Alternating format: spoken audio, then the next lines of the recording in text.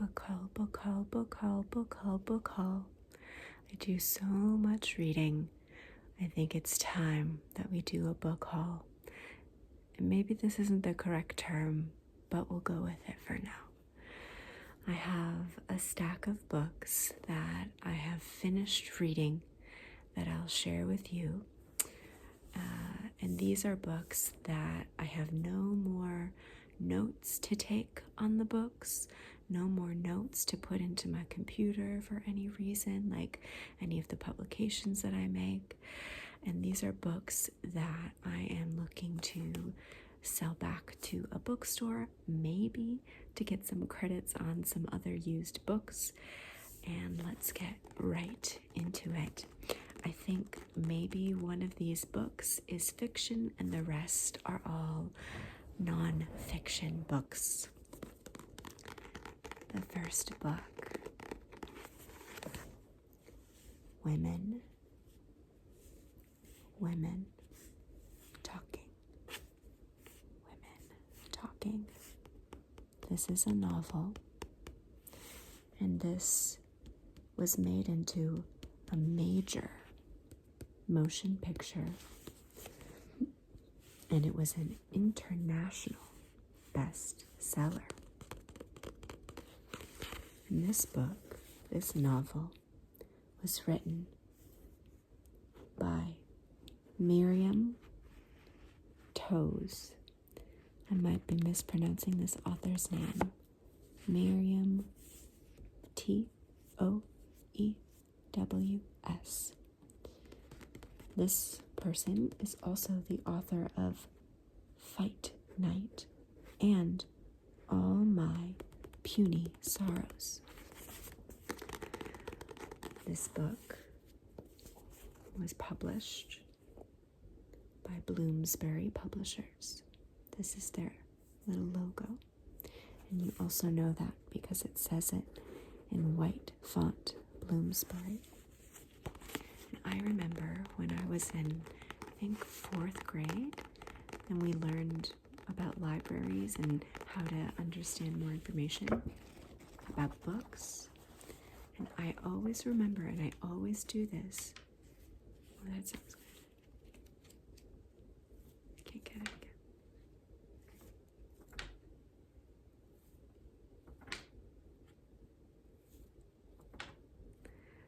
You flip through, this book has some little reviews, the title page, another title page, and then the publication page. Has so much information about the book, and I always look at this. So, Bloomsbury Publishing. And this book was published in 2018. And this book was a work of fiction based on real events. Pretty graphic events. This is not for the faint of heart. And also this book, probably if you are a survivor of certain things, there's a lot of graphic details of certain acts. So read with knowing what your activations are.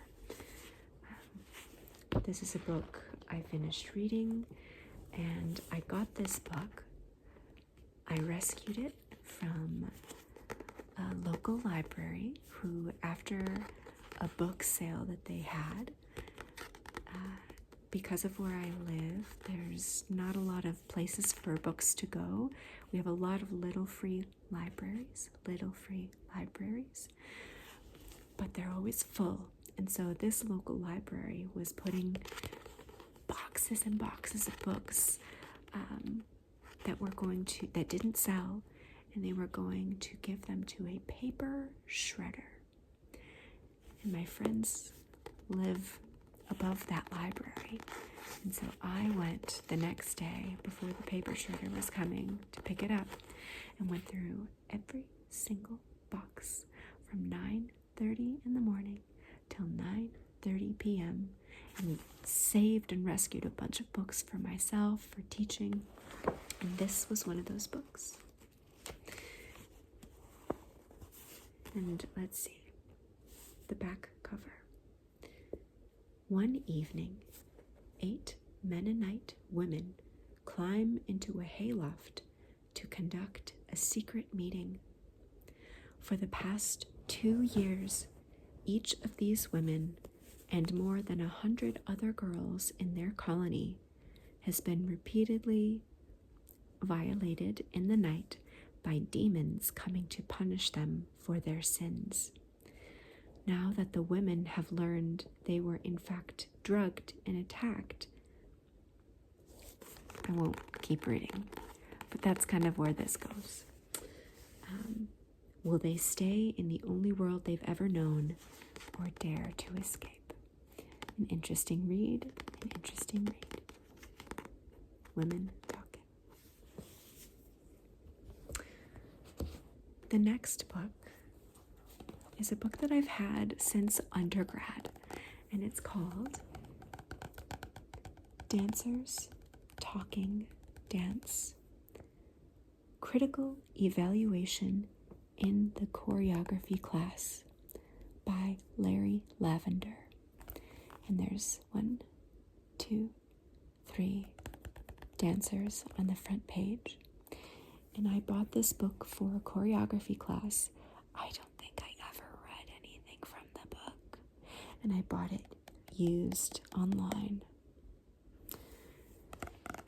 And I read this really quickly in a few hours in one day recently because I felt like it was time for me to read this, especially since I'm teaching somatics and dance courses at university.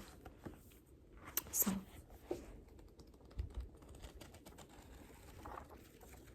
this book is an academic book, and it was published in 1996. Very not new. And it's published by Human Kinetics. This publisher publishes many dance education books, academic books. And it was easy for me to read, and it really mirrored a lot of the approach. It mirrored the approach to the choreography class, the first choreography class that I ever took as an undergrad at the university that I went to. And let's see, I got a couple things that would be useful for me as an educator of choreography. On the back it says, Dancers Talking Dance. Learn how to formulate critical responses to the dances you see, create, and perform. In Dancers Talking Dance, author Larry Lavender outlines the 5-step order approach to critical evaluation. O, observation. R, reflection. D, discussion. E, evaluation.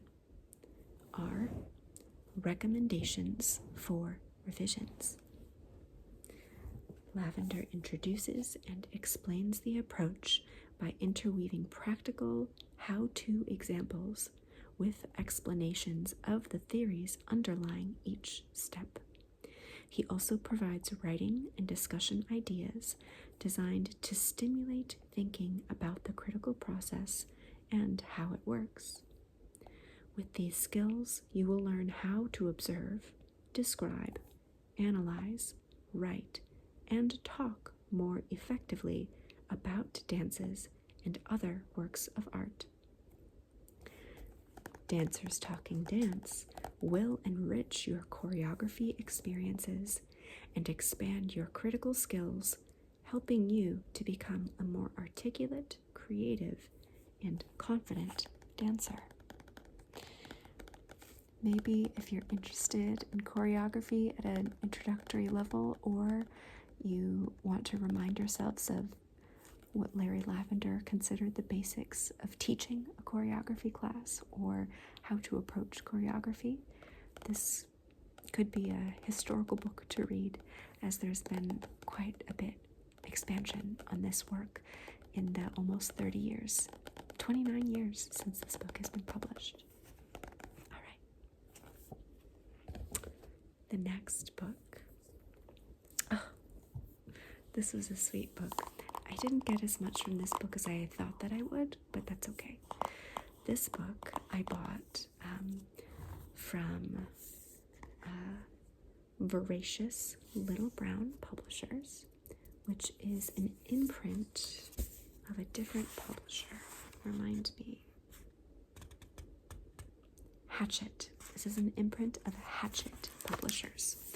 And I bought this online when Hachette was having its winter holiday sale, everything like 40 or 30% off. I like to buy books, nonfiction books directly from the publisher or from my local bookstore or from Black and Brown owned bookstores or from LGBTQI plus owned bookstores. But when I buy directly from the publisher online, I wait until there's like 50, 40, 30% off because I read and buy a lot of books. And so this book is a graphic book, like not like women talking, but like it's kind of like a comic. It's not a graphic novel because it's not a novel, but it's a graphic nonfiction. And it's called The Art of Crying. The Healing Power of Tears by Pepita Sandwich. I looked up Pepita online when I finished reading this book. And it's a really interesting cover. You've got some hands, some stars, some raindrops or teardrops, this little crest, these purples, pinks, and blues, and these eyes that are crying very big tears, a nose, some rosy cheeks, and the top of a lip. And I bought this book because I have been navigating my own grief and wanting to help myself grieve more, and all of the layers, personal, interpersonal, societal, all of that. Grieving is really important, and I bought this book because I thought it would be important for me, and it was nice to read. I don't think I got as much as I would have hoped to get from it, but this might be, I finished it in a few hours again in a day. It could be interesting if you're curious about some information about tears and crying, and if you like or are interested in reading a visual nonfiction book. And from the back, and this was published again as an imprint of Hachette Books in 2024, so just last year. And from the back cover, let's see.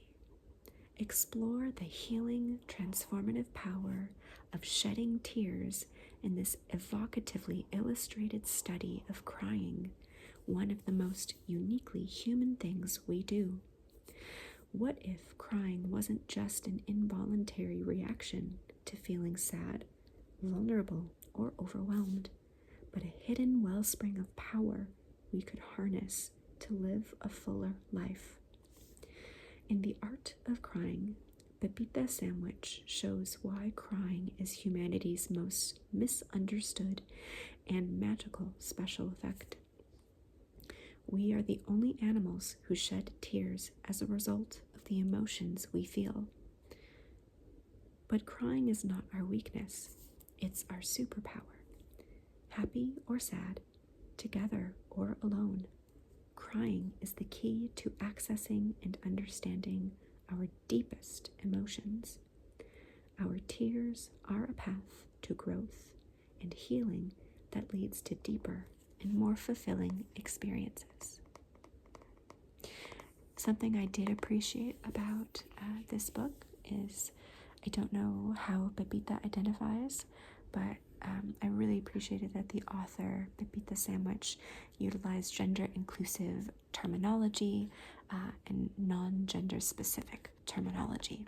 That was really great.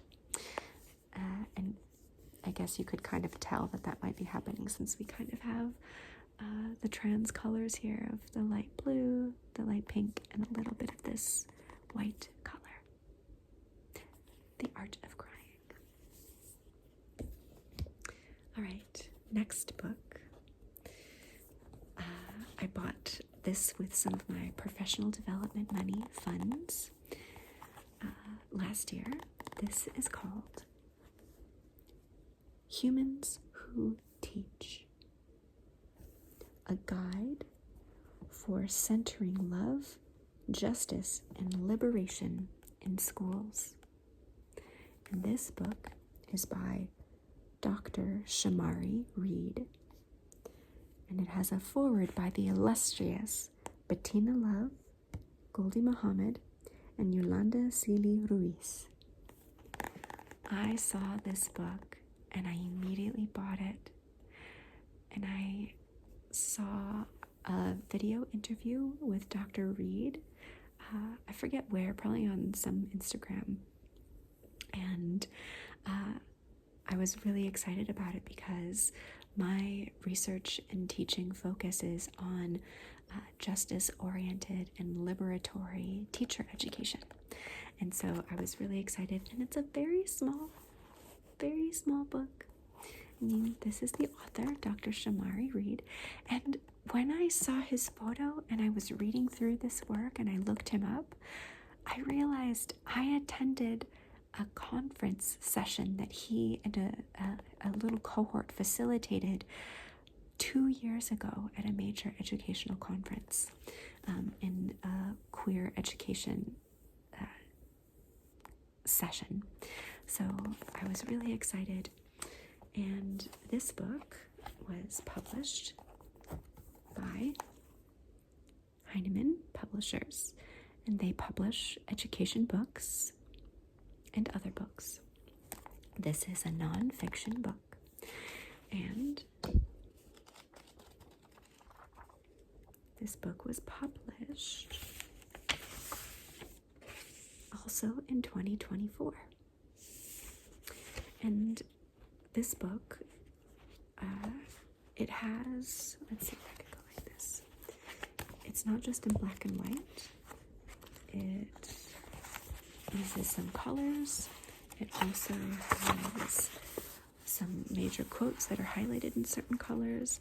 It also offers reflection questions for the reader and some note pages for you to write down your reflections after you read. This, unfortunately,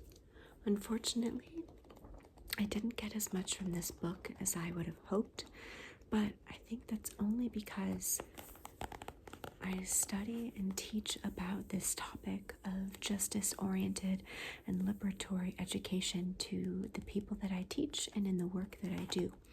So I would say that this book, Humans Who Teach, is a really good book for folks who are introducing themselves to justice-oriented teaching, liberatory teaching, and the importance and power of love in teaching, love for oneself in particular, and love in particular if you're an educator who holds identity as Black, Brown, Indigenous, Asian American, Pacific Islander, etc., Latino. Particularly because this talks about Shamari's experience in navigating the world. Also, not necessarily about being a gay man in education, but that is also an identity that he holds. This book might be of interest for people who are becoming teachers, as well as teacher educators looking to introduce something I might consider a more easy, accessible read. There's not a lot of jargon in this book. And also, I would say recommending listening to any talks that Dr. Shamari Reed gives I know that he has some work posted on YouTube and probably also some folks' Instagram videos as well. Humans Who Teach. Let's read a little bit on the back. All of the humans in schools, kids and adults, deserve joy. Yet, our experiences in schools and the experiences of our students are often far from joyful. Humans Who Teach invites readers to explore the complicated humanity of those who teach, with a focus on how we have been socialized to accept the status quo, our very real fears in disrupting the status quo, and how we can rely on our human capacity to love to engage in teaching for social justice, even in the presence of fear. And then there's some quotes from some of the authors who write in the foreword, who I also highly recommend their work. Okay.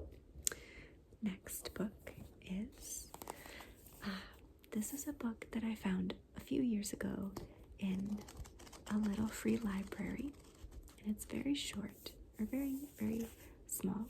It's called Hope on a Tightrope, and it's Words and Wisdom from Dr. Cornel West. And I saw this and I got very excited when I grabbed it from the little free library, because I generally knew about who Dr. Cornel West is, but I hadn't read any of his work. And so I grabbed this book in the hopes that I would read some of his wisdom. And it says, Words and Wisdom. I was a little disappointed in the book. It reads more, I don't quite know if Cornel West wrote this or if the publisher, who is Smiley Books, if they just took pieces that he's written and spoke about and kind of put things together, because it's very quote chunks rather than paragraphs or essays. There are main topics, and there's also photographs, like this chapter is about family. There's also some other modalities, like a lot of gold lettering and tabs here. There's Dr. Cornel West again. When I initially started reading, I started to highlight some things, but then I kind of stopped because this didn't feel as succinct and like it had a center or cohesive to me. It also felt a little dated. I think this was published, or some of the words in here are published before President Obama was our first president, president for his first term. And I was just a little disappointed because I thought I would get some more specifics, and some of this just feels like a lot of generalized ideas. So this could be an interesting book for folks who are interested in some snippets of Dr. Cornel West's work. But let's take a look and see when this was published, because I'm sure there's more updated pieces. So, Hope on a Tightrope.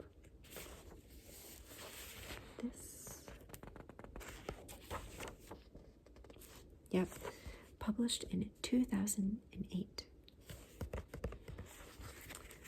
And again, very short, kind of like a book you might skim through at an airport or something. Let's read the back. Hope on a Tightrope. The New York Times best-selling author of Race Matters and Democracy Matters offers provocative, open-hearted wisdom for our times. In a world that yearns for unarmed truth and unconditional love, in the midst of cold greed and blind hatred, Hope on a Tightrope offers a new compass. This courageous collection will challenge all those in search of new perspectives and provides deep wells of inspiration that marry the mind to the heart. Cornel West is a brilliant philosopher who cares enough to make us think. He challenges us, stimulates us, and never, ever stops loving us. As you read this book, allow yourself to contemplate West's wisdom. Let him become your intellectual and spiritual sparring partner and stand on his shoulders to gain a new view of the world and your place in it. So this is published a while ago. I would recommend looking up more of his recent work. He also has really compelling videos. Again, you can find those on YouTube as well. And Hope on a Tightrope.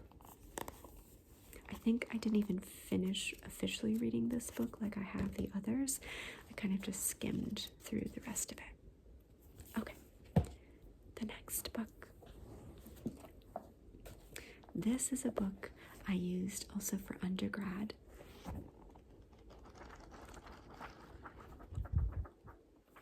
It's called Tapworks,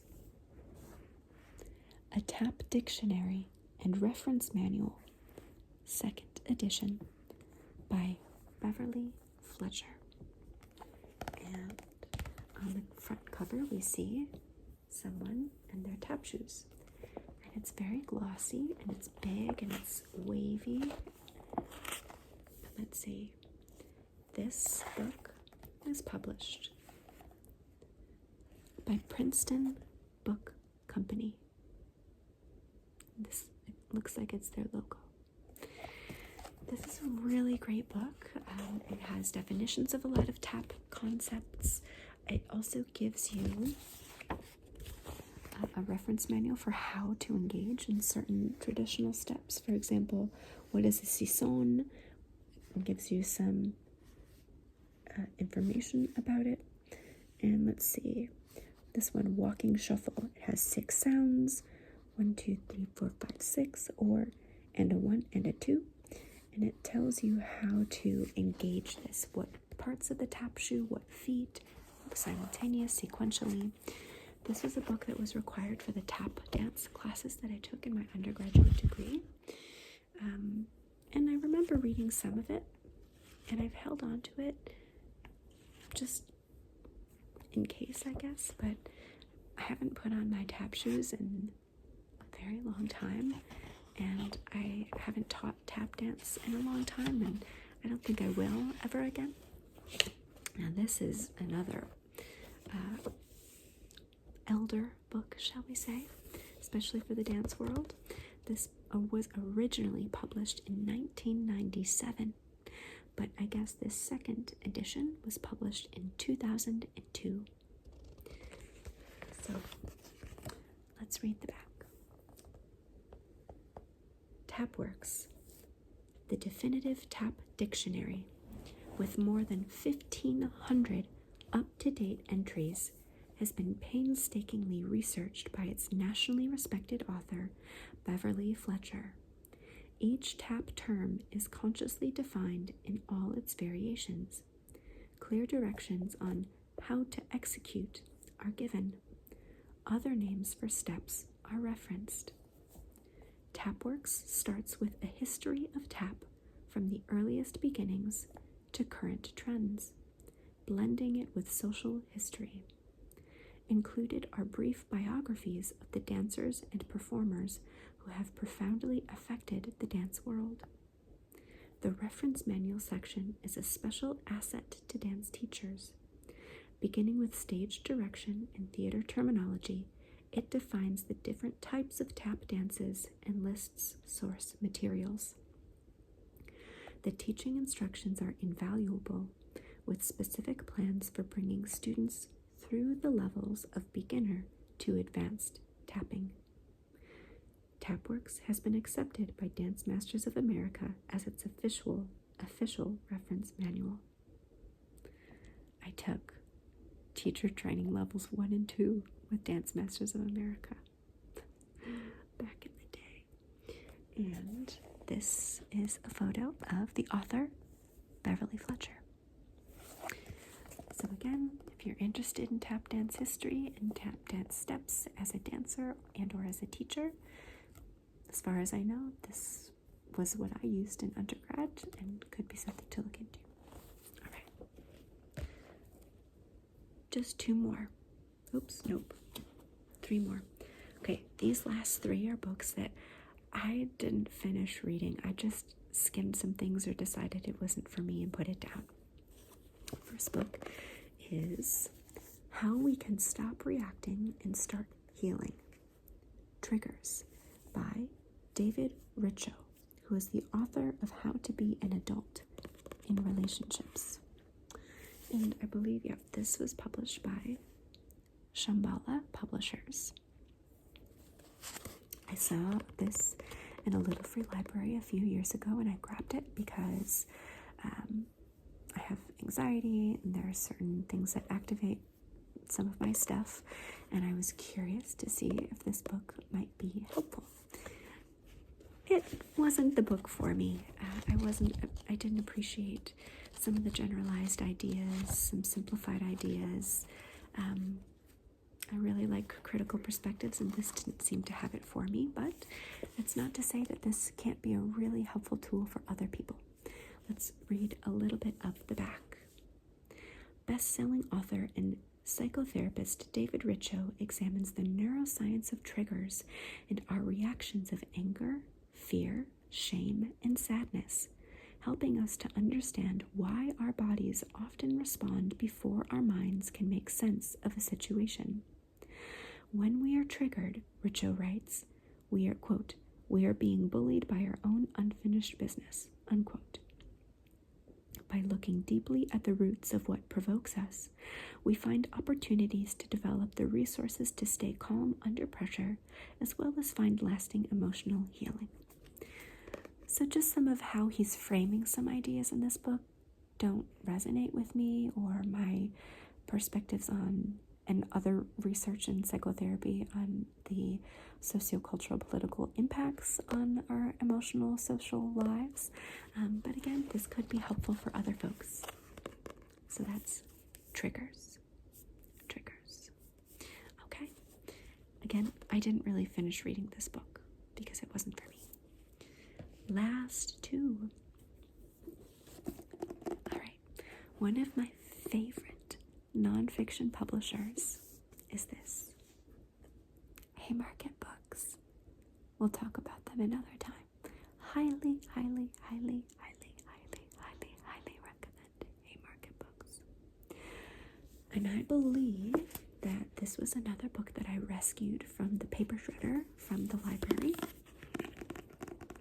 This book is by Mike Davis.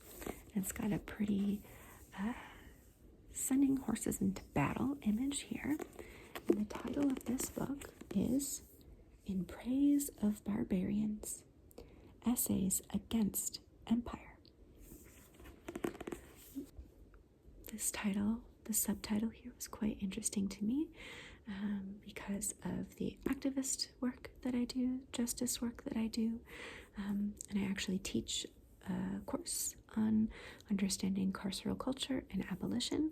So I was curious to see what Mike Davis had to say. And I trusted it because it's published by a publisher I love, Haymarket Books. And this book was published. This was also quite dated though.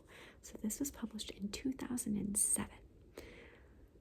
So I didn't actually finish reading this book. I read a couple of the essays at the beginning of the book, and then just the writing wasn't a style that was good for me, and it was just so dated. So much has happened since then, since 2007, that some of the perspectives were still important, but I wanted a little bit more work that was influenced by what has been happening, I guess, in the past 10 years. So this, because I didn't read it fully, I can't make necessarily any recommendations, but Haymarket Book is a really good publisher. So if you're captivated by this cover and this title, something to look into. And from the back, Mike Davis attacks the current fashion for empires and white men's burdens in this blistering collection of radical essays.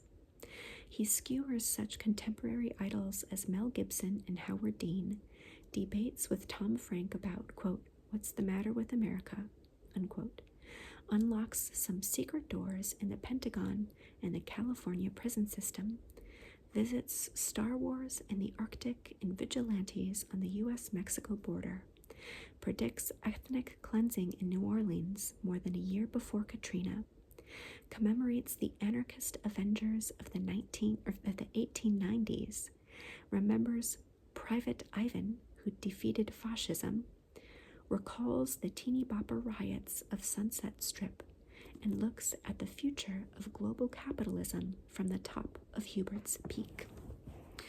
And here again, we have a photo of the author, Mike Davis. So again, pretty important information that these essays share about, but I just needed something more contemporary and of a different writing style. So, in Praise of Barbarians, he's not really praising barbarians. Okay. Or is he? What kind? Okay. Last book. Again, this is a big book. I really get excited about big books, but this one, not so much. So this book I have had since my master's degree, because I took a course, just a foundations course in early childhood education, and this was a required textbook that I bought. I don't think I read anything from this book. And I started to read this book many years later because I was curious, and it's the Handbook of Early Childhood Development Research and its Impact on Global Policy. And this was a book that was sponsored by UNICEF and SRCD. I don't know what that is.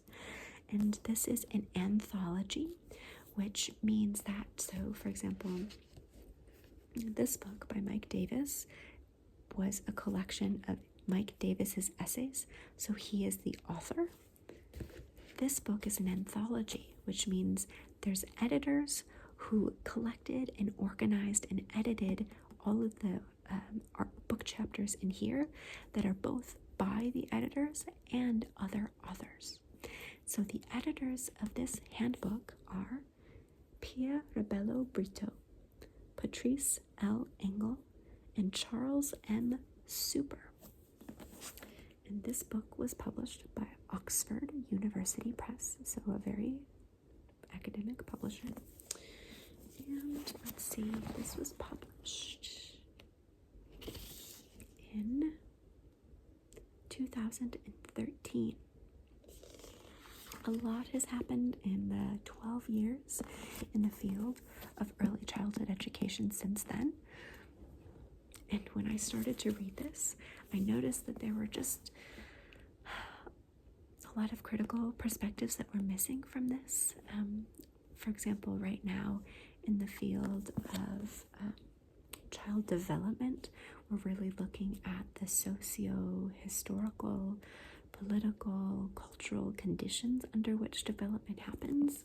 And this kind of talked about that, but it didn't do it in as critical a way as I would have liked. So there were some chapters in here that I read through, some that I skimmed, and I made the decision that there's so many other books that I want to read, and this was just a book I had to buy, and if it wasn't, oh, that's a good sound.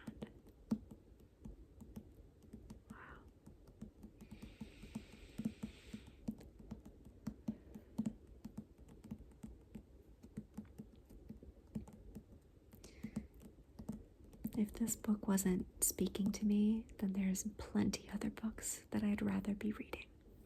Let's read the back cover, because maybe this book is of interest for you. If you're studying early childhood education or child development or global policy, or if you teach young children or work with families and communities, or you're a teacher educator. Okay. Early childhood development research offers solutions to several of the world's social and economic problems. Solutions that can break the cycle of intergenerational poverty, improve the health, education, and well-being of the global population, and yield high rates of return on investment in the formative years of life. And yet, over 1/3 of children worldwide under 5 years of age still fail to achieve their full developmental potential due to malnutrition, poverty, disease, neglect, and lack of learning opportunities. Handbook of Early Childhood Development Research and its Impact on Global Policy calls for placing early childhood development at the top of the global policy agenda, enabling children to achieve their full developmental potential and to contribute to equitable economic and social progress worldwide. This volume presents evidence-based programs and policies for advancing the positive development of young children across the globe, focusing on developing countries. We don't really say developing countries anymore, by the way. Underdeveloped or intentionally underdeveloped, for example. An international ensemble of scholars, policymakers, and practitioners present evidence from multiple disciplinary, sectorial, and analytical perspectives, emphasizing the importance of scientific findings in promoting child development and addressing programmatic challenges to quality, sustainability, measurement, finance, and capacity. Sponsored by the Society for Research in Child Development, SRCD, the premier international association of developmental scientists, and the United Nations Children's Fund, or UNICEF, a leading organization for promoting children's well-being worldwide. This handbook will be invaluable to policy advocates, program managers of national governments, international NGOs, and development agencies, as well as to scholars and students in the areas of child development and global policy. All right, so those are the books that I have finished reading. I don't need to keep these books anymore, and I'm going to either see if I can get a little bit money back at my local indie bookstore, and if not, I will put them in little free libraries for people like you to read. Stay tuned for the next one.